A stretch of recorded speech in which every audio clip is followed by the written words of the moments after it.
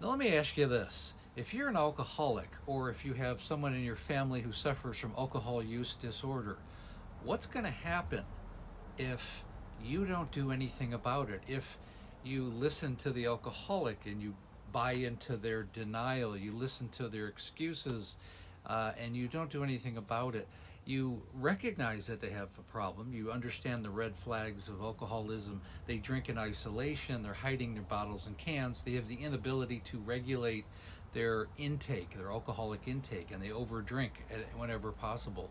And yet, you don't do anything about it as a family member. Maybe it's a spouse, maybe it's a son or daughter, could be a parent. And yet, you have this knowledge now, but you don't do anything about it. It's not going to solve itself.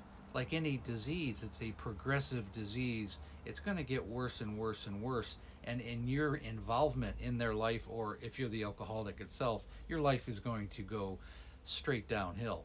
It's going to be affected in every way possible, emotionally, physically. You could have financial issues.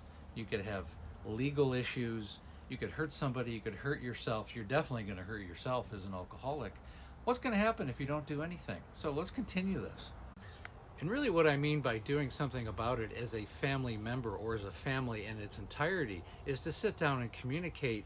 Number one, your grievances. It's really important to voice those problems that you've had. You know, you're driving drunk. You look like you have health issues.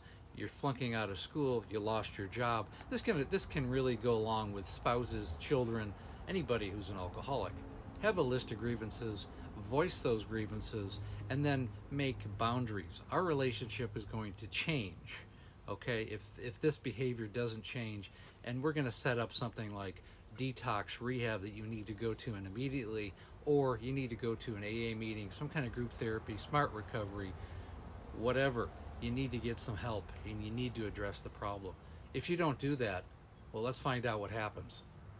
And unfortunately, if you don't address the problem, if you don't intervene in some small way or large way and get the family and organize the family against what's going on, there's going to be some serious health issues. And unfortunately, the family tends to be the fall person. They're the fall guys.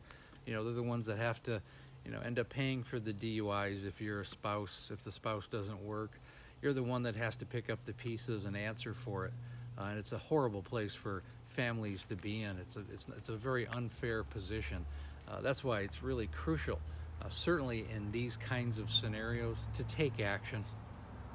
And on that note, two things have to take place. Number one, the relationship between the family and the alcoholic has to be strong enough so that there is leverage, so that the alcoholic actually cares about the family's opinion, or who's ever in their life, the opinions of the people in their circle. The other thing is, the alcoholic, they must meet you halfway. They have to agree to get help. And they have to at least acknowledge that they need help. If you can't even get that far, well, you have to think about maybe a plan B, and just protecting yourself and protecting your own mental health as well as a family member. And the thing is, I can't emphasize enough how important it is to intercede, to intercept as soon as you realize that the alcoholic in your family is having issues, because you don't want to watch someone die. And this is a very real possibility. People die from this disease every day. And to say that it can't happen to me, or if it goes away, or if we ignore it, it's going to go away, that's just not going to happen. And again, if you need help with this situation, one-on-one help, I got 25 years experience with this. Click on the link above, schedule a breakthrough call with me. I've helped thousands of alcoholics, and just as importantly, I've helped their families. Again, please like, share, and comment. We also have a Facebook group called Amanda, a cautionary tale of alcoholism. And we go over these issues every day, and it's becoming a pretty good support group as well. And again, thanks for listening.